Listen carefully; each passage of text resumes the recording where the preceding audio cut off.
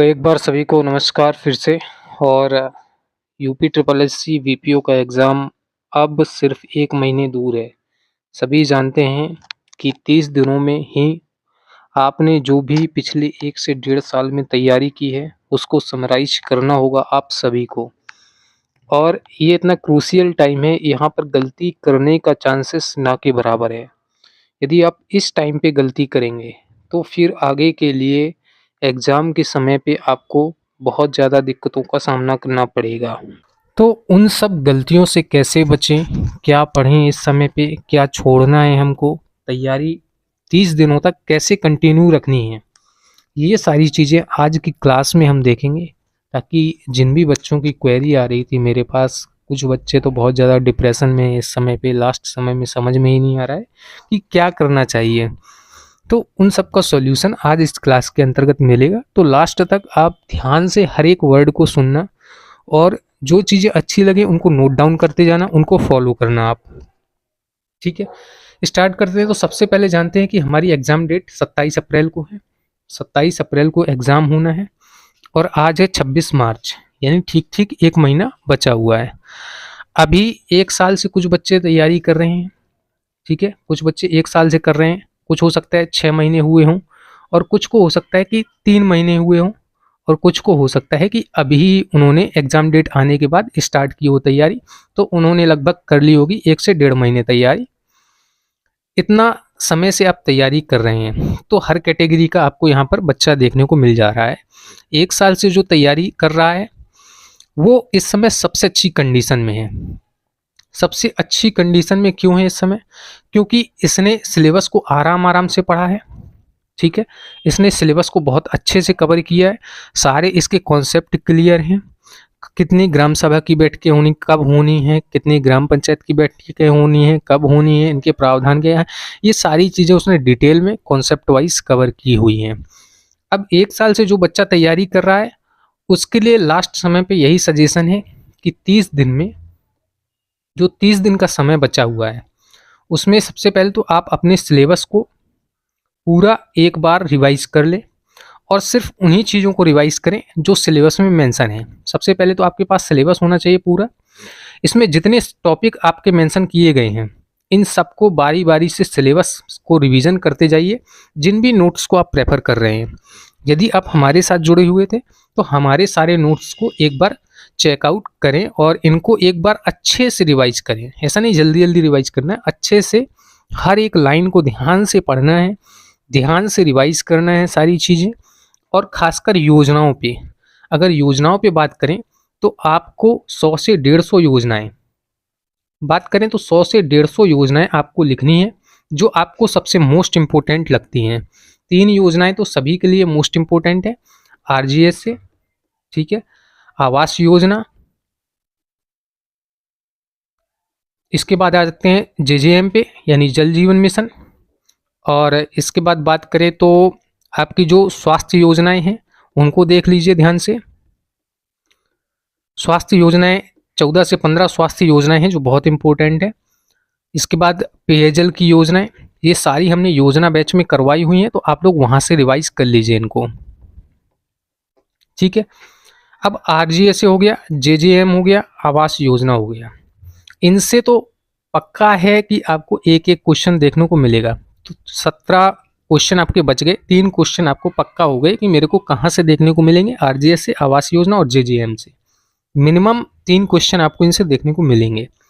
तो सबसे पहले तो आप इन तीनों को अच्छे से कवर कर लीजिए। हालांकि इनके ज़्यादा बड़े नोट्स भी नहीं होंगे, 6 से 7 पेज के नोट्स होंगे, और इनको कवर करने से यदि 3 नंबर कन्फर्म हो रहे हैं, तो सबसे पहले योजनाओं में इनको कवर करना है। उसके बाद पेयजल योजना, स्वास्थ्य योजना, पंचायती राज मंत्रालय की योजनाएं, ठीक है, पंचायती राज मंत्रालय की योजनाएं, ग्रामीण विकास मंत्रालय की योजनाएं, ये क्रम से बता रहा हूं मैं। पहले आपको ये तीनों देखने हैं, फिर पेयजल, स्वास्थ्य, फिर पंचायती राज, फिर ग्रामीण विकास, और इसके बाद समय बचता है आपके पास, और आपका दिमाग राजी है डाटा को एक्सेप्ट करने के लिए, तो उसके बाद महिला एवं बाल विकास मंत्रालय, ठीक है। इसके बाद आप आ सकते हैं सामाजिक न्याय एवं अधिकारिता मंत्रालय पर, और इसके बाद भी समय बचता है तो और भी मंत्रालय हैं, आप उनको भी देख सकते हैं।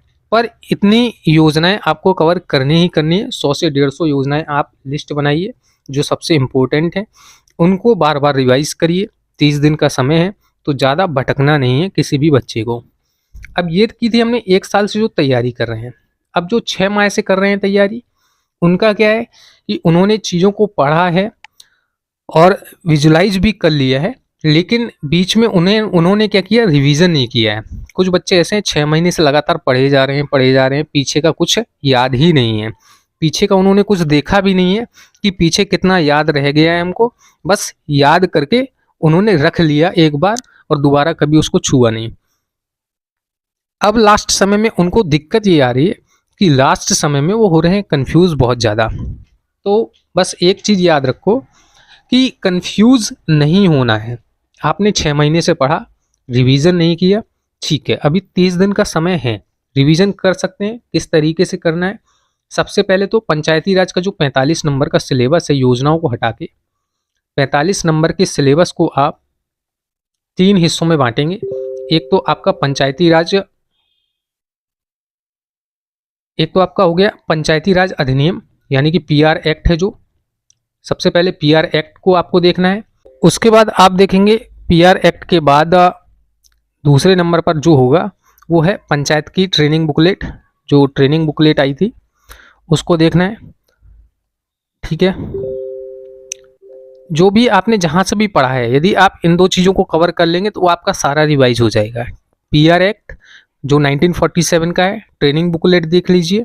ट्रेनिंग बुकलेट सभी को ही रिवाइज करनी है क्योंकि इसमें काफ़ी सारी चीज़ें क्या है अब अपडेट होकर आई हैं। ट्रेनिंग बुकलेट में आपको उन चीज़ों के बारे में जानकारी मिलेगी जो पीआर एक्ट में नहीं दी गई हैं या पीआर एक्ट में अनक्लियर हैं, ठीक है। इसके बाद योजना के सेक्शन की बात करें तो योजना आनी है 20 नंबर की। तो आपको क्या करना है, सिलेक्टेड योजना पहले तो आपको रखनी है, ठीक है।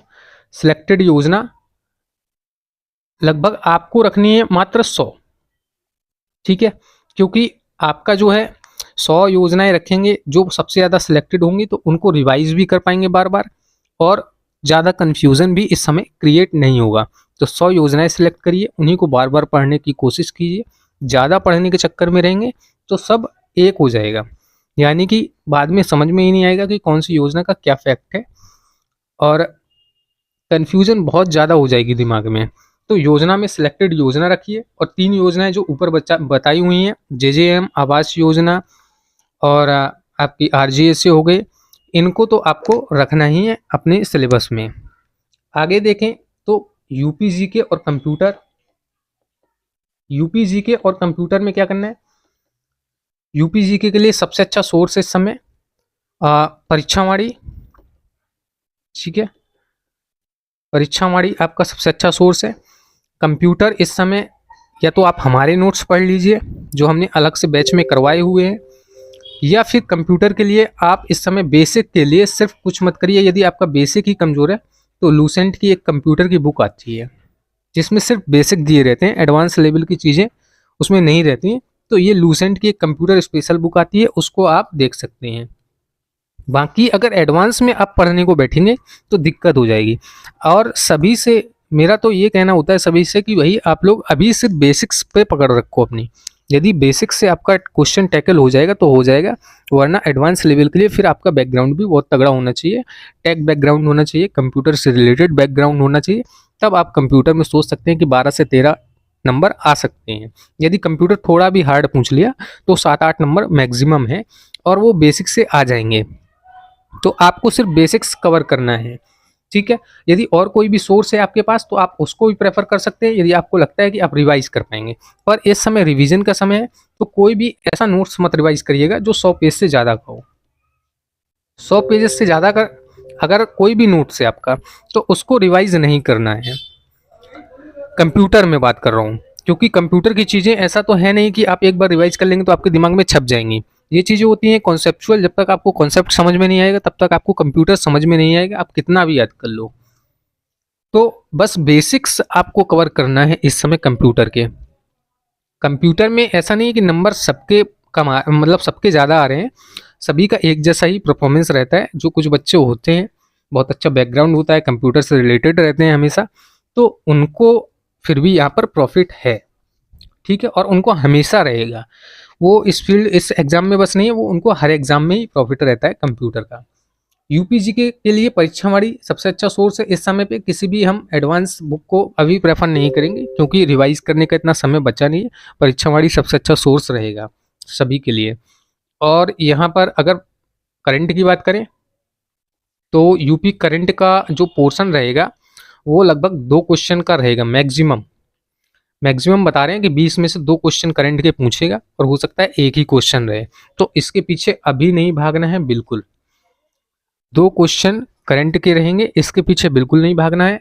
लास्ट 8 मंथ की करंट इंपॉर्टेंट है। लास्ट 8 मंथ का आपको करंट पढ़ना है, और इस लास्ट के 8 मंथ में जो यूपी की योजनाएं हैं, जो अपडेट आए हैं, उनको देखना है। इन करंट में जो नई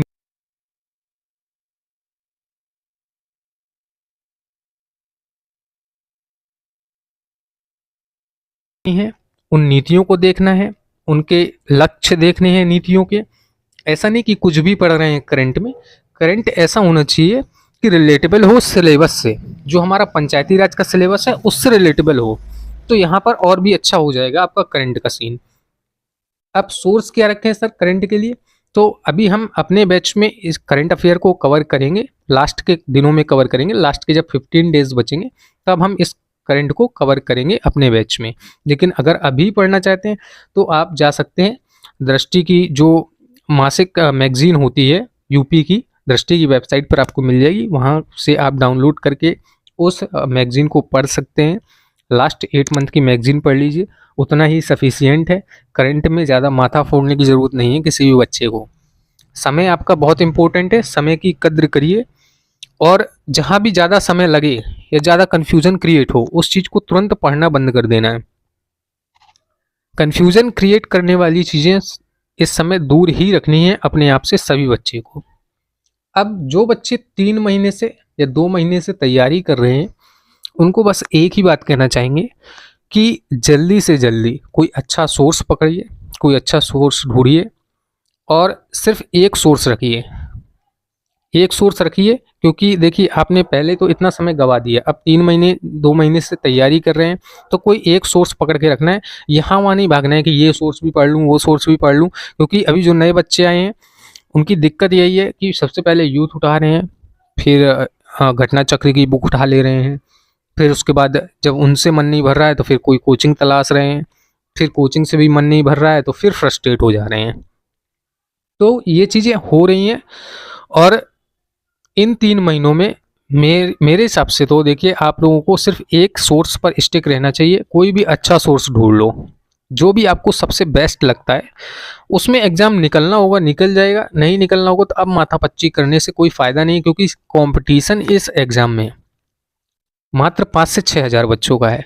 लेकिन 5 से 6 हज़ार बच्चे इस तरीके से मजे हुए हैं कि आप समझ नहीं सकते कि किस लेवल की तैयारी है। तो 5 से 6 हज़ार बच्चे हैं, कंपटीशन यहाँ पे कम दिख रहा है, पर वो किस तरीके से मजे हुए हैं।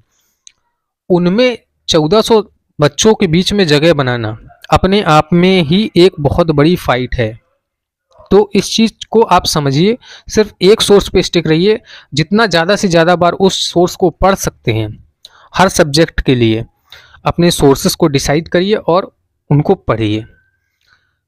अब आती है बात सभी बच्चों के लिए कॉम्प्रिहेंसिवली बात करेंगे कि आगे हम जो रिवीजन तो करेंगे ही करेंगे एक साथ, ठीक है।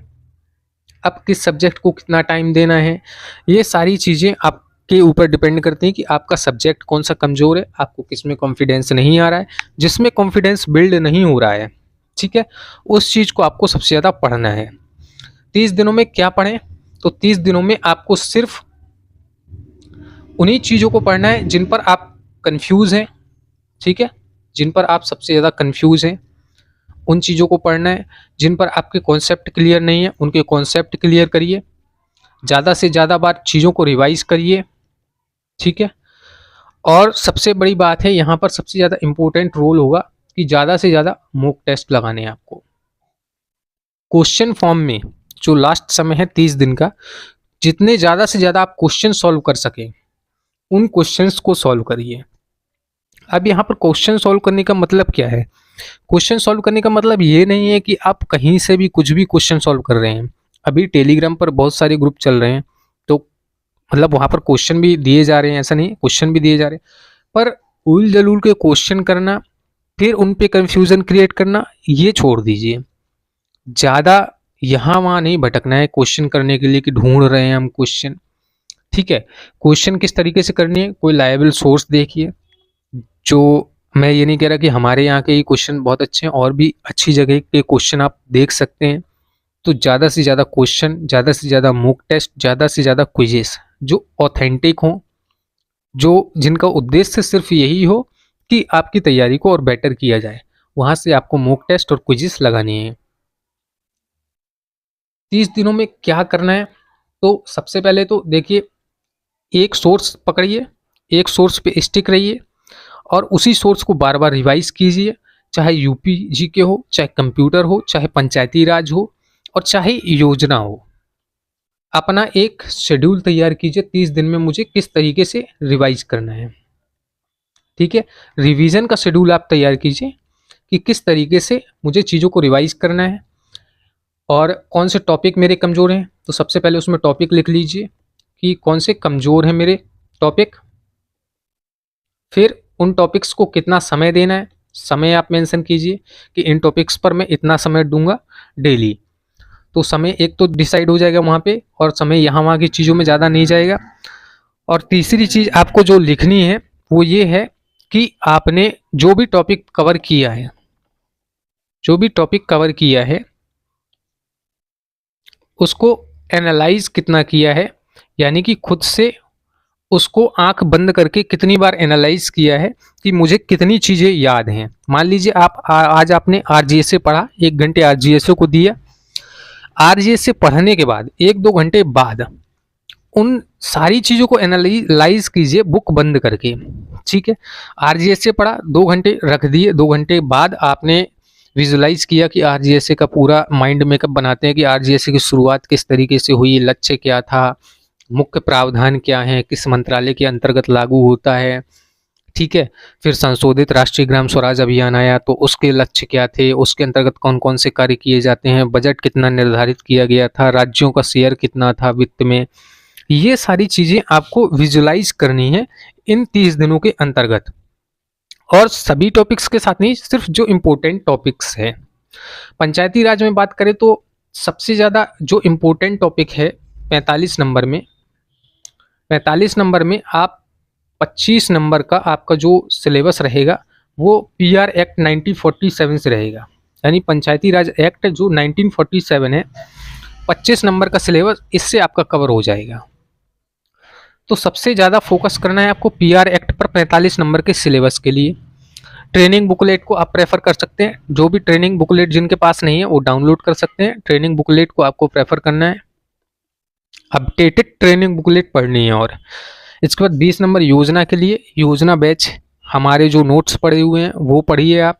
ठीक है, कहीं भी आपको नहीं जाना है, योजना का हमसे अच्छा सोर्स, ये गारंटी के साथ करें कि हमसे अच्छा योजना का सोर्स आपको कोई नहीं दे पाएगा। तो योजना के लिए सिर्फ आप एडुविज़न के नोट्स पर प्रेफर कर सकते हैं, ये बात हम पूरे कॉन्फिडेंस के साथ बोल रहे हैं। किसी भी जगह आपको नहीं जाना है।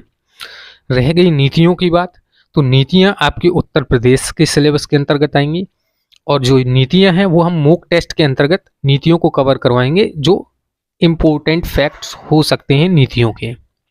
ठीक है, तो ये इस तरीके से 65 नंबर का सिलेबस कवर होगा। कंप्यूटर के लिए मैंने बोला है, जिन बच्चों को कंप्यूटर में कॉन्फिडेंस नहीं आ रहा है तो उनकी 2 कमियां हैं। सबसे पहले तो आपका बैकग्राउंड थोड़ा सा कमज़ोर रहा है, इसलिए आपको दिक्कत आ रही है। ठीक है, बैकग्राउंड आपका कमज़ोर रहा है। और दूसरी जो कमी है कि आप कंप्यूटर को रिवीजन नहीं करते हैं। कंप्यूटर आपको बोझ की तरह लगता है। कंप्यूटर का लगता है कि एक चैप्टर पढ़ लिया बस, उसको फिर ऐसा लगता है कि फेंक दो, अब इसको दोबारा देखना नहीं है, बस एक चैप्टर पढ़ लिया, याद हो गया मुझे बस। तो ऐसा नहीं करना है। कंप्यूटर अगर एक चैप्टर पढ़ा है और आपका बैकग्राउंड नहीं है तो कंप्यूटर बहुत जल्दी स्लिप हो जाएगा। पर कंप्यूटर के कॉन्सेप्ट जब तक क्लियर नहीं होंगे तब तक आपको क्वेश्चन नहीं आएंगे। कुछ बच्चे अभी मॉक टेस्ट में परफॉर्मेंस ही नहीं दे पा रहे हैं। कंप्यूटर में इवन 5, 4, 3 ऐसे नंबर आ रहे हैं, कुछ बच्चों को तो एक एक नंबर आ रहे हैं कंप्यूटर में। तो ये क्यों हो रहा है?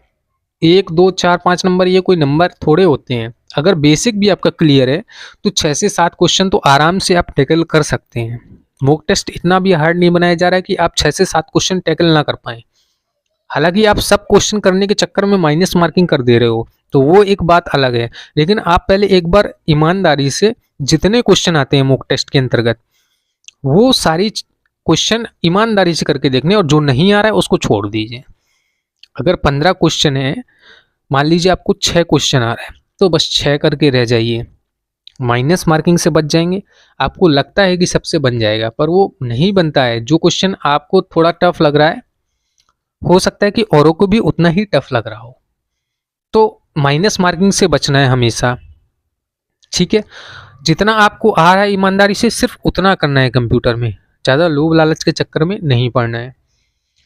दूसरी चीज आपको ये याद रखना है कि अब 30 दिन के समय में भटकना कहीं नहीं है, ज़्यादा सोर्सेस पढ़ने के चक्कर में नहीं रहना है कंप्यूटर के लिए कि हम ये भी पढ़ लें वो भी पढ़ लें, इसकी क्लास कर लें उसकी क्लास कर लें। कुछ नहीं होगा। अब 30 दिनों में कुछ नहीं हो सकता है। आप कर लो, वो सारा बाद में सब स्लिप हो जाएगा। आप कहोगे 30 दिन जो मैंने पढ़ा वो मेरे को बिल्कुल भी याद नहीं रहा एग्जाम के दिन। जितनी चीज़ें आप पढ़ चुके हैं अभी तक सिर्फ उनको रिवाइज करिए। बेसिक्स अगर क्लियर नहीं है बिल्कुल भी, तो बेसिक्स के लिए मैंने बताया कि नोट्स पढ़ लीजिए हमारे, या फिर वो भी उनमें भी पढ़ने में मन नहीं लग रहा है तो लूसेंट की बुक ले आइए, उससे बेसिक्स देख लीजिए, खत्म बात। यूपीजीके के लिए परीक्षावाड़ी बता दिया है। करंट अफेयर्स के लिए अभी करवाएंगे करंट अफेयर्स अपने ही बैच में। और करंट के लिए आप एक चीज़ दृष्टि को भी प्रेफर कर सकते हैं जो मासिक मैगजीन आती है उसकी। अब बात करते हैं कि सभी विषयों में कितना कितना समय देना है। अगर आपकी सब चीज़ें परफेक्ट चल रही हैं, नंबर भी अच्छे खासे आ रहे हैं, मॉक टेस्ट में जो डेली मॉक हो रहे हैं हमारे यहाँ उनमें भी नंबर ठीक ठाक आ जा रहे हैं, तो समय कितना कितना दें अब। तो जिनका सब कुछ परफेक्ट चल रहा है उनको बस अपने सिलेबस पर नज़र बनाए रखनी है। सिलेबस के सारे जो टॉपिक्स दिए गए हैं उन पर नज़र बनाए रखनी है। कोशिश करना है कि जो भी आप मॉक टेस्ट लगा रहे हैं उसमें जो जो क्वेश्चन गलत हो जा रहे हैं उन टॉपिक्स को एक एक बार डेली देखना है। ठीक है, जैसे आज आपने मॉक टेस्ट लगाया और आज आपका जल जीवन मिशन से कोई क्वेश्चन गलत हो गया, तो जल जीवन मिशन को एक बार उठाइए, दोबारा से रिवाइज कर डालिए। मान लीजिए पंचायती राज इतिहास के आपको क्वेश्चन गलत हो गया है कोई, तो पंचायती राज इतिहास का जिस सेक्शन का क्वेश्चन गलत हुआ, मान लीजिए राजपूत काल से क्वेश्चन पूछा गया था और राजपूत काल से क्वेश्चन गलत हो गया आपका, तो राजपूत काल को उठाइए और राजपूत काल दोबारा से पढ़ डालिए। 5-6 क्वेश्चन गलत हो गए, 5-6 टॉपिक आपको एक दिन के लिए मिल गए, उनको रिवाइज कर लीजिए बार बार, बस हो गया उतना। इससे ज़्यादा समय आपको नहीं देना है, ज़्यादा हैक्टिक नहीं होना है इस समय पे। लास्ट समय पे सबसे ज़्यादा ज़रूरी है कि आप डिप्रेशन, टेंशन, इन सब चीज़ों से बचें, क्योंकि जितना ज़्यादा डिप्रेस होंगे आपकी तैयारी में उतना ज़्यादा फर्क पड़ेगा।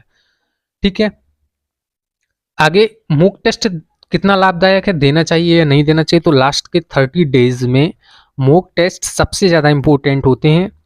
और कोई भी एग्जामों में, ये नहीं कह रहा कि वीपीओ, आप किसी भी एग्जाम की तैयारी कर रहे हो, वीपीओ हो, एसएससी हो, रेलवे हो, सबसे ज़्यादा जो फ़र्क डालता है आपकी तैयारी में वो मॉक टेस्ट डालता है। मॉक टेस्ट के फ़ायदे क्या क्या होते हैं अब वो देख लीजिए। मॉक टेस्ट से सबसे पहले तो 3 चीज़ें क्लियर हो जाती हैं आपकी। देखिए, सबसे पहले तो आपको कमजोरी पता चल जाती है, आप कितने कमज़ोर हैं किस टॉपिक में। ठीक है, आप उन पर वर्क कर सकते हैं। दूसरी चीज़, यदि आपका स्कोर अच्छा आता है तो फिर कॉन्फिडेंस बिल्ड हो जाता है। ठीक है, कॉन्फिडेंस बिल्ड हो जाता है। तीसरा, सिलेबस की पूरी समझ आ जाती है। जो 100 नंबर का सिलेबस है, जब 100 क्वेश्चन आप एक साथ देखते हैं तो आपको समझ में आ जाता है कि नहीं, हाँ ये क्वेश्चन इस टॉपिक से पूछा जा सकता है, इसको ये क्वेश्चन इस टॉपिक से पूछा जा सकता है। तो सिलेबस की बेहतर समझ आ जाती है, आपको सिलेबस एक रूप में दिखने लगता है। अभी क्या है कि आप कोई टॉपिक पढ़ रहे हैं तो सिर्फ एक टॉपिक पर फोकस रहते हैं। आप मॉक टेस्ट में 100 क्वेश्चन एक साथ देते हैं तो आपको पूरा सिलेबस सामने दिखता है 100 क्वेश्चन का, तो वहाँ से चीज़ें क्लियर होती हैं काफ़ी। तो कमजोरी पता चलेगी तो आप उन पर वर्क करेंगे तो आपकी प्रिपरेशन बेहतर होगी, और प्रिपरेशन बेहतर होगी तो मॉक टेस्ट में नंबर आगे से बढ़ेंगे, तो कॉन्फिडेंस बिल्ड हो जाएगा और कॉन्फिडेंस जब बिल्ड हो जाएगा तो आप एग्जाम में जाहिर सी बात है कि अच्छा परफॉर्मेंस करेंगे। ठीक है। और सबसे बड़ी बात होती है कि एग्जाम निकालने के लिए तैयारी तो मात्र 70% चाहिए होती है, कॉन्फिडेंस जो होता है वो 30% काम करता है। ठीक है। जब तक आपका कॉन्फिडेंस नहीं बिल्ड होगा तब तक आप चाहे कितनी भी तैयारी कर लो, कितने भी एग्जाम के धुरंधर बन जाओ, सिलेबस रट के कितना भी तैयार कर लो, 90% 100% पूरा सिलेबस तैयार कर लो, आपके पास कॉन्फिडेंस नहीं है तो आप जीरो हो। क्वेश्चन कॉन्फिडेंस से टैकल होता है। ठीक है। वरना जिसके पास कॉन्फिडेंस नहीं है आज की डेट में वही कंफ्यूज है। मेरा ये मानना है कि आप कंफ्यूज इसलिए हो क्योंकि आपने कभी अपने आप को एग्जामिन नहीं किया है, आपने अपने आप को एनालाइज नहीं किया है, पढ़ा है, सिर्फ सिर्फ पढ़ते गए हैं और अपने आप को बस बादशाहत की फीलिंग में डाले रहे हैं। कभी अपने आप को उस चीज़ के लिए टेस्ट नहीं किया है, अपने अंदर से माने रहे कि हम बादशाह हैं, कभी युद्ध क्षेत्र में उतर के देखा ही नहीं। अभी हमारे मूक बैच में 252 स्टूडेंट हैं। अब इसमें से ये मान के चलिए 200 बच्चे ही टेस्ट देते हैं। 50 से 52 बच्चे क्या करते हैं? 50 से 52 बच्चे, जब इनके 2-3 बच्चों से मैंने बात की तो इन लोगों को टेस्ट देने से डर लगता है। ये बोलते हैं सर टेस्ट ही नहीं देंगे, डर लगता है, तैयारी पता ही नहीं कितनी है कितनी नहीं। अरे भाई जब तक टेस्ट नहीं करोगे अपने आप को कैसे पता चलेगा? कमजोरियां कैसे पता चलेंगी? और इसमें डरने वाली क्या बात है? अरे मॉक टेस्ट हम बनाए ही इसलिए हैं कि आपको जो है कमजोरियां पता चल जाएं। ठीक है। डेली मॉक टेस्ट हो रहा है तो इसका मतलब ये है कि डेली आपको 2-3 टॉपिक तो पता चल ही जाएंगे कि मेरे ये टॉपिक कमजोर है। अभी जैसे कंप्यूटर में कम आ रहे हैं नंबर बच्चों के, तो वो क्या है, डर रहे हैं। ठीक है, अच्छी चीज़ है, एक हद तक आप डर रहे हो ना तो आप कवर तो कर रहे हो ना इन चीज़ों को। मान लो कंप्यूटर अभी तक किसी ने रिवाइज ही नहीं किया था, सिर्फ पढ़े जा रहे थे, कोई रिवाइज करने की सोच ही नहीं रहता। जब से उन्होंने देखा कि मेरे 3 नंबर 4 नंबर 5 नंबर इस तरीके से आ रहे हैं कंप्यूटर में, तब से उन्होंने रिवाइज करना चालू किया कि नहीं कंप्यूटर भी इंपॉर्टेंट है, कंप्यूटर को भी ध्यान देना होगा। तब उन्होंने कंप्यूटर को उठाया। तो इसी तरीके से आपको जब कमजोरियां पता चलेंगी तब आप उन चीज़ों को दोबारा से रिवाइज करने की कोशिश करोगे। थोड़ा डर अच्छा है पर बहुत ज़्यादा डर जाना, तैयारी छोड़ ही देना या अपने कॉन्फिडेंस को पूरी तरीके से गिरा लेना, ये बिल्कुल बेकार है। अभी समय है, 1 महीने का समय है। ठीक है, आपको चीज़ें रिवाइज करनी है दोबारा से, कॉन्फिडेंस फिर से बूस्ट हो जाएगा, मॉक टेस्ट में नंबर भी अच्छे आने शुरू हो जाएंगे। तो इसके स्कोर को देख के डिमोटिवेट नहीं होना है, ये कोई फाइनल एग्जाम तो है नहीं। ठीक है, कि स्कोर अगर कम आया आपका तो आप डिमोटिवेट हो गए। डिमोटिवेशन तब आना चाहिए जब आपके पास 2-3 दिन बचे हों और आपके नंबर कम आए, तब आपको लगेगा कि हाँ नहीं यार मैंने तैयारी नहीं की है, ये चीज़ें पढ़ी ही नहीं पहले से, और अब मेरे पास समय भी नहीं है उन चीज़ों को लेकर कि मैं उनको सुधार कर सकूं। अभी आपके पास समय है, आपको कमियां पता चल रही हैं, सुधारते जाइए, परफेक्ट हो जाएंगे। 15 से 20 दिन के अंदर अंदर परफेक्ट हो जाएंगे। ठीक है। और एग्ज़ाम का प्रेशर तो सभी के ऊपर रहता है, तो प्रेशर में चीज़ें कवर भी हो जाती हैं जल्दी जल्दी, तैयार भी हो जाती हैं, माइंड अच्छा वर्क करता है। ठीक है। और अब इस समय पे कुछ भी नया नहीं पढ़ना है। Do not read anything new, revise all thing what did you read till now. बस जो आपने अभी तक पढ़ा है उसी को रिवाइज करते रहना है, बार बार रिवाइज करते रहना है। जितनी बार आपकी नज़रों से एक बार सिलेबस निकल जाएगा उतना ही परफेक्ट रहेगा आपके लिए। 10 सोर्सेस के पीछे नहीं पढ़ना है, सिर्फ एक सोर्सेस को पकड़ो, 10 बार रिवाइज मार दो, काम हो जाएगा। ठीक है। बाकी और भी क्वेश्चन हैं उनको देख लेते हैं कि ग्रुप में क्या क्या बच्चों ने क्वेश्चन भेजे थे हमें।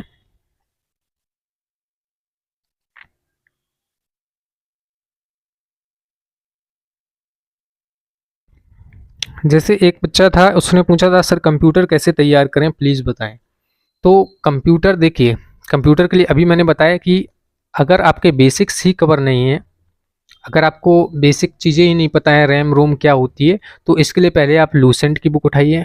लूसेंट की बुक एक स्पेशल बुक आती है कंप्यूटर की, उसको पढ़ना है। ठीक है।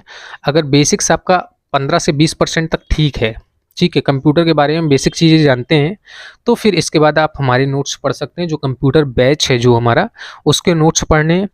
इससे ही आपका कंप्यूटर बेटर हो जाएगा, कंप्यूटर में परफॉर्मेंस ठीक ठाक आने लगेगी, 8 से 9 नंबर के आदमी आप बन जाएंगे आराम से। बस एक चीज़ का ध्यान रखना है कि मॉक टेस्ट लगाते समय या एग्जाम में कभी भी नेगेटिव मार्किंग नहीं करनी है। ठीक है। जो सब्जेक्ट आपका कमज़ोर है उसमें ज़ाहिर सी बात है बिल्कुल नेगेटिव मार्किंग नहीं करनी है, क्योंकि अगर आप नेगेटिव मार्किंग करोगे तो फिर दिक्कत हो जाएगी वहाँ पे। फिर आपका जो आया हुआ क्वेश्चन है वो भी माइनस मार्किंग में कट के 0 हो जाएगा। तो नेगेटिव मार्किंग से बचनी है, ठीक है। अगला क्वेश्चन है कि मॉक है जो वो आसान से मध्यम होना चाहिए। ठीक है, मैं आसान, देखिए मॉक है जो आसान से मध्यम होना चाहिए, यानी इजी टू मॉडरेट आप बोल रहे हैं। इजी टू मॉडरेट, अभी जो हमारे मूक हैं वो मॉडरेट लेवल के ही बन रहे हैं, ठीक है। इजी चीज़ें हम इसलिए नहीं करा रहे हैं क्योंकि हमारे बैच में जो है 80% जो बच्चा है वो 1 साल से ज़्यादा समय से तैयारी कर रहा है, ठीक है। 1 साल से ज़्यादा समय से तैयारी कर रहा है, उसको इतनी ज़्यादा चीज़ें क्लियर हो गई हैं कि अगर हम इजी पेपर बना देंगे तो फिर आपका कॉन्फिडेंस, जो नया बच्चा है उसका कॉन्फिडेंस और ज़्यादा टूट जाएगा, क्योंकि आपको शुरुआत से लगभग 25 से 30 बच्चों के 100 में 100 नंबर दिखेंगे अगर हमने इजी पेपर बना दिया। सच बात बता रहे हैं, अगर इजी पेपर बनाएंगे तो शुरुआत की जो लिस्ट होगी ना उसमें 30 बच्चों को आपके 100 में 100 देखने को मिलेंगे, फिर आपका कॉन्फिडेंस बिल्कुल धूल चाट जाएगा। इसलिए थोड़ा सा मॉडरेट बनाने की कोशिश करते हैं कि देखो, एक तो मॉडरेट बनाने से पेपर, चीज़ें जो नए फैक्ट हैं वो आपको क्वेश्चन के माध्यम से ही कवर हो जाएंगे, आपकी सारी चीज़ें रिवाइज हो जाएंगी, ठीक है। ज़्यादा से ज़्यादा आपको यहाँ पर चीज़ें रिवाइज करवाने की कोशिश की जाएगी तो मॉडरेट लेवल का पेपर बनेगा ही, क्योंकि हम एक क्वेश्चन में अगर 3 स्टेटमेंट देंगे तो यहाँ से आपकी 3 चीज़ें क्लियर भी तो हो रही हैं, 3 चीज़ें क्लियर हो रही हैं और ये आपको फिर यहाँ पे टफ लगने लगता है एग्ज़ाम। तो ऐसा नहीं है, यहाँ पे सिर्फ रिवीजन के वास्ते देखना है आपको कि रिवीजन चल रहा है मेरा, स्कोर से आपको कमियां पता चल रही हैं कि मेरी कमियां क्या क्या हैं, ठीक है। ये कोई एग्ज़ाम नहीं है कि आपके हिसाब से एग्ज़ाम बना दिया जाएगा, इजी टू मॉडरेट करना है। जिस तरीके से चल रहा है ना, हमें पता है कि हमें किस तरीके से तैयारी करवानी है, तो मॉक टेस्ट बिल्कुल परफेक्ट लेवल के बन रहे हैं, उसमें आप परेशान नहीं होना है आपको। आगे अगला क्वेश्चन देखें तो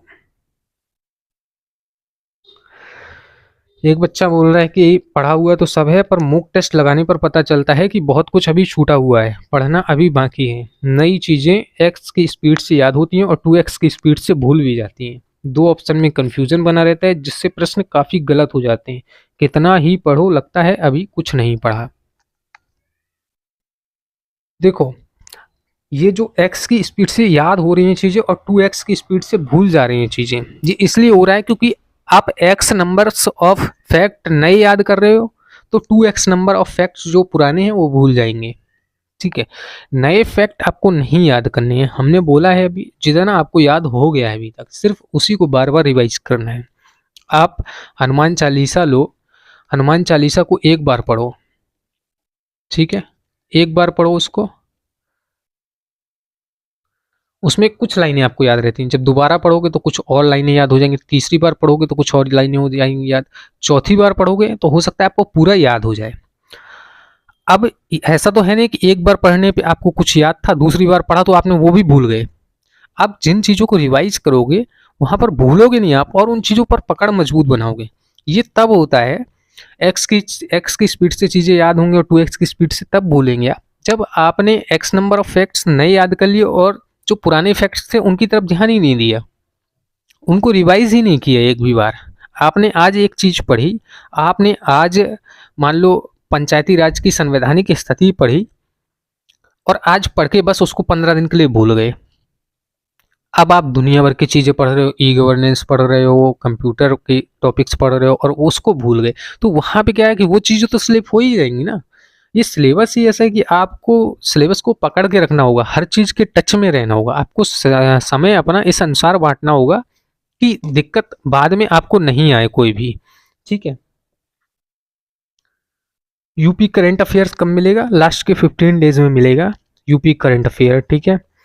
मेरे कंप्यूटर में 5 मार्क्स से ज़्यादा नहीं हो पा रहे हैं, क्या करूं? 5 मार्क्स से ज़्यादा कंप्यूटर में नहीं हो पा रहे हैं तो कहीं ना कहीं आप या तो नेगेटिव मार्किंग दे रहे हैं, ठीक है। जो चीज़ें आपसे बन रही हैं क्लियर कट, सिर्फ उन्हीं चीज़ों को सॉल्व कीजिए, नेगेटिव आपको नहीं करना है, ईमानदारी से टेस्ट देना है, उसी से आपको कमजोरियां पता चलेंगी। अगर नेगेटिव मार्क, मान लीजिए आपने तुक्के में कोई क्वेश्चन सही कर दिया, ठीक है? तो इससे आपको पता ही नहीं चल पाएगा कि ये चीज़ मेरी कमज़ोर थी, क्योंकि आपका तो सही हो गया क्वेश्चन, तो आपको लगेगा कि नहीं ये चीज़ तो मुझे आ रही थी तभी सही हो गया है। बाद में थोड़ी ना याद रहता है कि ये मैंने तुक्के से किया था, कैसे किया था। बस आपको तो ये तुक्के से हो गया तो बस हो गया, मेरा ये वाला टॉपिक भी कंप्लीट है। इसलिए ईमानदारी से देना है कि आपको तुक्का लगाने की ज़रूरत नहीं पड़े एग्ज़ाम में। और दोबारा से नोट्स हैं जो वो रिवाइज़ करिए कंप्यूटर बैच के। एक डाउट और डिस्कस ग्रुप भी रख लीजिए। नहीं रख सकते इस समय डाउट और डिस्कस ग्रुप, क्योंकि डाउट ग्रुप में ना डाउट्स क्लियर नहीं होते हैं, डाउट्स बढ़ते हैं। एक चीज़ जान लो आप अपने हिसाब से बोल रहे हो, कोई बच्चा और है वो 10 जगह घूमता है, 10 जगह टेलीग्राम के क्वेश्चन तलाशता है, फिर वो वहाँ कन्फ्यूज होता है और फिर यहाँ पे आके डाउट्स ग्रुप में सभी बच्चों को कन्फ्यूज कर देगा। तो ये बिल्कुल गलत आइडिया है। डाउट्स और डिस्कस ग्रुप कोई ज़रूरत नहीं है इस चीज़ की।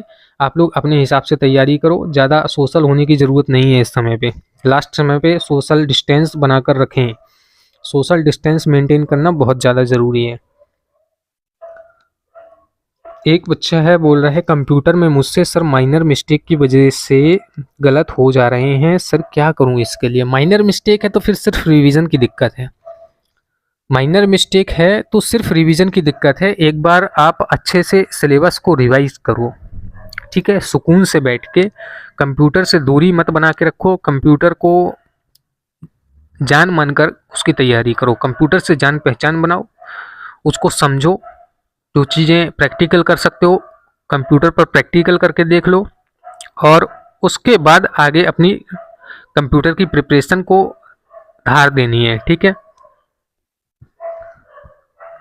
सभी को कंप्यूटर में ही दिक्कत आ रही है, काफ़ी बच्चे कंप्यूटर को लेकर ही क्वेश्चन किए हुए हैं। एक बच्चा बोल रहा है जल जीवन मिशन, स्वच्छ भारत मिशन, आरजीएस से इन पर कंप्लीट वीडियो लानी है।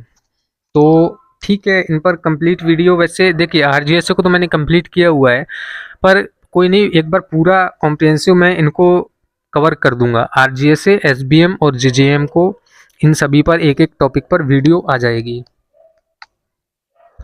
एक बच्चा बोल रहा है बहुत पढ़ने के बाद भी नहीं हो पा रहा है, अब तो कॉन्फिडेंस बहुत कम हो गया है।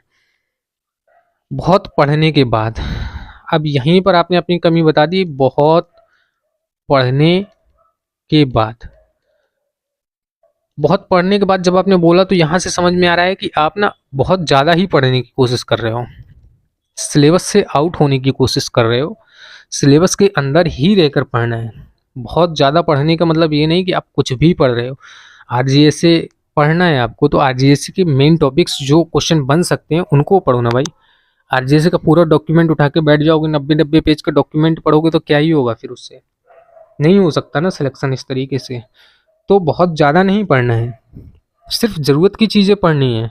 अभी लास्ट समय, अभी ये बहुत ज़्यादा पढ़ने का समय 1 साल पहले था। 1 साल से ज़्यादा समय हो गया है, बच्चे तैयारी कर रहे हैं, उन्होंने पढ़ा है बहुत ज़्यादा और आज उनका रिटेन भी है। क्यों? क्योंकि उनके पास समय था। अब बहुत ज़्यादा पढ़ने का कोई मतलब नहीं है, अब जितना पढ़ लिया है उसी को बार-बार रिवाइज़ करो बस। पंचायत अवार्ड की थ्योरी और एसबीएम दे चुके हैं ऑलरेडी बैच में, पंचायत अवार्ड की थ्योरी और एसबीएम। एसबीएम और जेजेएम पर डेडिकेटेड वीडियो ले आएंगे बोल दिया है। सर जैसे पहले मॉक में सॉल्यूशन दे रहे थे वैसे ही मॉक में भी, इस मॉक में भी सॉल्यूशन दीजिए। देखिए पहले क्या था कि पहले हमारे पास था समय, ठीक है, सब बात समय की होती है। पहले हमारे पास था समय, 15 मॉक करवाए थे जो हमने एडवांस लेवल के, उनमें था हमारे पास समय। तो हम भी वहाँ पर 7 दिन का समय लेते थे, आपको याद होगा कि 7 दिन का समय लेते थे हम एक मॉक बनाने के लिए। तो वहाँ पर सारी चीज़ें हम कर सकते थे, उतना समय था। अब यहाँ पर हम 30 मॉक करवाने को बैठे हैं, हमारे पास समय है कुल 35 दिन का। तो अब मान लीजिए हमें हर दिन एक मॉक बनाना पड़ रहा है, और मॉक बनाना कोई हलवा काम तो है नहीं, ठीक है। ये हम ऐसा कर सकते हैं कि भाई हम भी यहाँ यूथ के क्वेश्चन उठा के डाल देते हैं, हम यहाँ के टेक्स्ट बुक उठा के क्वेश्चन डाल देते हैं। आपने देखा होगा हमारे मॉक टेस्ट में सिर्फ यूनिकनेस रहती है, हमारे क्वेश्चन कहीं से कॉपीड नहीं होते। हमारे ही कोई क्वेश्चन कॉपी कर ले तो वो अलग बात है। तो इतना ज़्यादा समय तो रह नहीं गया है कि अब सॉल्यूशन डालें उसमें, एक मॉक टेस्ट बनाने में, 100 क्वेश्चन बनाने में, उनको फ्रेम करने में, उनको सोचने समझने में टाइम जाता है भाई। 8 से 10 घंटे का समय लगता है एक मॉक बनाने के लिए, वो भी जब कोई इतना एक्सपर्ट है तब उसको 8 से 10 घंटा लग रहा है। ठीक है। अगर आप लोगों को 10 क्वेश्चन बनाने के लिए दे दिए जाए मॉक टेस्ट के, तो आप उसी में 1 से 2 घंटे लगा दोगे। तो इतना समय नहीं रह गया है कि अब उन चीज़ों को यहाँ पर कवर कर लिया जाए। ये ऐसा है कि जो क्वेश्चन आपको गलत हो रहा है ना, वो आप खुद से अपने टॉपिक को कवर कर लें तो ज़्यादा बेटर है। एक बच्चा बोल रहा है कि सर क्या करें, कैसे पढ़ें? नोट्स पढ़ते हैं तो लगता है याद हो जाएगा, फिर मूक में सब गलत हो जाता है। यूपी जीके, कंप्यूटर, पंचायत, सबका वही हाल है। और सन 1947 एक्ट और 1961 में जो जो एकदम रटने वाली धाराएं हैं उस पर एक वीडियो बना दीजिए। सबसे पहले तो सर क्या पढ़ें, कैसे पढ़ें? देखिए, अगर आपको अभी तक यही क्लियर नहीं है कि क्या करें, तो फिर कैसे होगा भाई? आपको खुद अपनी एक स्ट्रेटजी पता होनी चाहिए ना कि क्या करें। अब मान लीजिए आपकी कोई कमजोरी है, किसी टॉपिक पे आप कमज़ोर हैं, तो उसको कवर करो ना बैठ के, उसको रिवाइज़ करो। अब इसमें हम कुछ स्पेशल एफ़र्ट नहीं डाल सकते अपनी तरफ से। हम सिर्फ़ चीज़ों को क्लियर कर सकते हैं आपके लिए, जो चीज़ें आपको क्लियर नहीं है। बाकी रिवाइज़ करने का काम आपका है। मैं एक बार चीज़ पढ़ा दूँगा आपको, तो मैं ये गारंटी नहीं दे सकता कि वो आपको 1 महीने तक याद ही रहेगी। क्योंकि आपको रिवाइज़ करना पड़ेगा, याद रखना, उसको मेंटेन करना आपका काम है। तो सबसे पहले तो चीज़ों को ज़्यादा यहाँ-वहाँ नहीं फैलाना है, एक जगह पर स्टिक रह के, एक ही सोर्स को बार-बार पकड़ के, उसको बार-बार रिवाइज़ करना है। दूसरा आपने बोला कि नोट्स पढ़ते हैं तो लगता है याद हो जाएगा, फिर मॉक में सब गलत हो जाता है। तो नोट्स पढ़ रहे हैं और याद हो जा रहा है, फिर मॉक में गलत हो जा रहा है, तो कहीं न कहीं या तो आप जल्दबाज़ी कर रहे हैं या फिर आप बहुत ज़्यादा कन्फ्यूज़ हो जा रहे हैं। आपने तैयारी बहुत कम समय में की है, हो सकता है ऐसा कि आपने बहुत कम समय में तैयारी की हो, तो इसलिए इस समय बहुत ज़्यादा कन्फ्यूज़न क्रिएट हो रहा हो दिमाग में। तो इन चीज़ों से बचने के लिए सबसे पहले तो जितने भी सोर्स आपने यूज किए हैं पढ़ने के दौरान पे, उनमें से जो भी सोर्स आपको सबसे बेस्ट लगा हो, सिर्फ एक सोर्स चुन लीजिए और उसको रिवाइज करना स्टार्ट कीजिए। 30 दिन का समय है, 2 से 3 बार सिलेबस रिवाइज हो जाएगा। साथ ही मॉक में जो आप लगाते हैं, मॉक में जो भी क्वेश्चन आपके गलत हो रहे हैं, उन टॉपिक्स को खास तौर पर देखना है आपको। उन टॉपिक्स को बार बार रिवाइज करना है, दिमाग में चीज़ें चलती रहनी चाहिए आपके। आगे बोल रहे हैं कि सर टेस्ट का सॉल्यूशन प्रॉपर्ली दिया कीजिए जिसमें सब कुछ दिया हो। नहीं दे सकते, समय की कमी है, आप चीज़ों को समझने की कोशिश कीजिए। एक दिन में एक मूक बनाना होता है हमको, उस वजह से नहीं हो सकता है भाई। और ऐप पर बनाने पर तो और टाइम लगता है भाई। यहाँ टेलीग्राम पर बनाने पर तो समय चलो ठीक भी था, यहाँ ऐप पर बनाने पर काफ़ी समय जाता है। 8 घंटे तो सिर्फ मूक बनाने में ही चला जाता है, बताइए। टेस्ट की टाइमिंग 11 PM तक रखें और सॉल्यूशन डिटेल में रखें, काफ़ी कम डिटेल रहती है। टेस्ट की टाइमिंग है जो वो 9 बजे तक ही रहेगी, क्योंकि उसके बाद सॉल्यूशन शो करने होते हैं। 11 PM तक रखने का कोई औचित्य नहीं है, ये आपकी अपनी व्यक्तिगत समस्या है, उसको अपने आप से सुलझाएं। सर सॉल्यूशन का पैटर्न नहीं कर सकते चेंज? आगे देखें तो एक बच्चा कह रहा है सर मेरे को ये सजेस्ट करो कि मेरे टेस्ट में 60 समथिंग नंबर आते हैं और अदर प्लेटफॉर्म पर काफ़ी अच्छा स्कोर होता है, और आपके टेलीग्राम पर जो मॉक टेस्ट होते थे उनमें भी अच्छा स्कोर होता था, बट इसमें नहीं हो पाता। सो प्लीज़ सर मुझको ये बताओ कि मैं ऐसा क्या पढूं जो अच्छा स्कोर हो। वैसे ये टेस्ट आपके बिल्कुल to the same exam oriented हैं, इसलिए बताने की कृपा करें कि मार्क्स इंक्रीज कैसे करें। सबसे पहले तो ये देखो कि जो टेलीग्राम पर हमारे मूक होते थे उनमें माइनस मार्किंग नहीं होती थी, ठीक है। अभी जो एप्लीकेशन पर टेस्ट हो रहे हैं उनमें माइनस मार्किंग का एक अहम रोल है। तो जो टेलीग्राम पर आपके अच्छे मार्क्स आते थे वहाँ माइनस मार्किंग नहीं थी, इसलिए आपको अच्छा दिखता था। मान लीजिए आपने 100 में 100 क्वेश्चन हर बच्चा अटेम्प्ट करता था, उसमें 80 आपके सही हुए, 20 गलत हुए, तो आपको 80 नंबर ही दिखते थे, 20 का माइनस मार्किंग तो होता नहीं था। तो सबसे पहली तो ये चीज़ है कि वहाँ पर अच्छा स्कोर आने का ये कारण था। यहाँ पर भी आपके 60 नंबर आ रहे हैं, तो आई गेस कि आपके 20 क्वेश्चन गलत हो जा रहे होंगे, जिस वजह से वो कट पे के 60 आ जा रहे हैं। यदि आप माइनस मार्किंग नहीं करें तो यही मार्क्स आपका 70 के समथिंग पहुँच जाएगा। जो कि एक बहुत अच्छा स्कोर होगा। पर 60 भी यहाँ पर मॉक टेस्ट में काफ़ी अच्छा स्कोर है, तो डिमोटिवेट नहीं होना इस चीज़ के लिए। और अदर प्लेटफॉर्म की बात करें तो अदर प्लेटफॉर्म का हमको नहीं पता कि भाई किस तरीके का क्वेश्चन फ्रेम करते हैं, कहाँ से क्वेश्चन फ्रेम करते हैं, वहाँ पर आपका क्यों अच्छा स्कोर आ रहा है। हम भी बहुत आसान टेस्ट बना सकते हैं, और मैं पहले भी बता चुका हूँ कि आसान टेस्ट बनाऊंगा तो 30 से 35 बच्चों को आपको 95 से ऊपर ही नंबर देखने को मिलेंगे, ये गारंटीड बात है। ठीक है, आगे देखें तो बोल रहे हैं कि सर ऐसा लग रहा है कुछ याद ही नहीं हो रहा और अभी काफ़ी कुछ पढ़ना है, कुछ याद ही नहीं हो रहा है।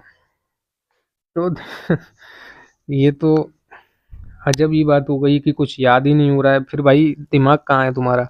अगर याद ही नहीं हो रहा है तो फिर तो बड़ी समस्या है, क्योंकि 30 दिन है, याद भी नहीं हो पा रहा है, तो चीज़ों को भैया रिलेट करके याद करने की कोशिश करो, क्योंकि याद नहीं हो रहा है तो फिर दिक्कत हो जाएगी।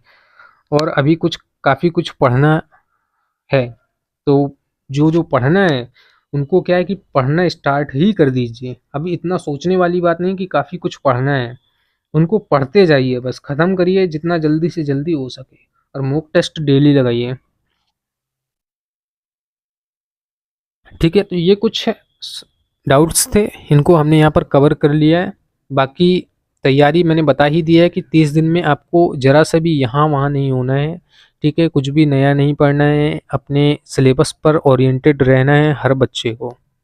ठीक है, ज़्यादा से ज़्यादा मॉक टेस्ट और क्वेश्चन सॉल्व करने की कोशिश करना है। डेली यहाँ पर 100 क्वेश्चंस का आपको मॉक लगवाया ही जा रहा है, तो इसको सॉल्व कीजिए। ठीक है, बाकी जो भी प्रॉब्लम्स आती हैं आप बोल सकते हैं मेरे से पर्सनली, इससे रिलेटेड, पढ़ाई से रिलेटेड जो भी दिक्कत आ रही है। ठीक है, डिमोटिवेट कोई भी बच्चा नहीं होगा स्कोर को देख के। मॉक टेस्ट में स्कोर कम आ रहा है तो डिमोटिवेट हो जाए, तैयारी के प्रति अपना मतलब रुझान बंद कर दे, वो सब नहीं करना है आपको। देखो, तैयारी में लगे रहना है। स्कोर कम आ रहा है तो इससे आपकी कमियां पता चल रही हैं, अच्छा है ना कि आपको अभी पता चल गया 1 महीने पहले। अगर मान लो यही चीज़ हम 10 दिन पहले स्टार्ट करते और फिर आपको उस समय पे ये स्कोर कम आता, तो फिर तो वहाँ पे बड़ी दिक्कत हो जाती भाई। तो अभी आपके पास समय है, 30 दिन का समय है, जो जो चीज़ें कमज़ोर हैं उनको कवर करो। सबसे बढ़िया है ना कि आपको कमी पता चल गई पहले ही। ठीक है, तो ये थी कुछ चीज़ें। आज के सेशन में हमने काफ़ी कुछ चीज़ें कवर कर ली हैं। सभी को समझ में आ गया होगा कि क्या कैसे पढ़ना है। जेजेएम पर, एसबीएम पर, इन पर हम क्लासेस ले आएंगे। 1961 एक्ट पर क्लासेस ले आएंगे। करंट अफेयर्स कवर करवा देंगे अभी। ठीक है, आरजीएसए की क्लास आ जाएगी, और योजना की तो हम रेगुलर क्लास लाते ही हैं अपने यूट्यूब सब्सक्राइबर्स के लिए। और जो यूट्यूब के बच्चे हैं जो मॉक टेस्ट से जुड़ना चाहते हैं, ठीक है, वो इस नंबर पर मेरे को व्हाट्सएप कर सकते हैं, 8736890646। इस नंबर पर व्हाट्सएप कर लीजिए, आपको मॉक टेस्ट ग्रुप में और मॉक टेस्ट पे रजिस्टर कर दिया जाएगा एप्लीकेशन पर। ठीक है, ये पेड मॉक टेस्ट हैं, जो भी ज्वाइन करना चाहें इस नंबर पर कांटेक्ट कर लें। और एडुविज़न नाम से हमारा एप्लीकेशन है, इसको इंस्टॉल कर लीजिए। एडुविज़न नाम से इसको इंस्टॉल करने के बाद आपको वहाँ पर सारी कोर्सेज दिख जाएंगे, जिन भी कोर्सेज में आप इनरोल करना चाहते हैं वहाँ से कर सकते हैं। ठीक है, बाकी मिलते हैं हम अपनी अगली क्लास में। अगली क्लास हम योजना पर लेकर आएंगे, उत्तर प्रदेश की योजना कवर करेंगे उस क्लास में। और इसके अलावा जो भी आपके डाउट्स हैं वो आप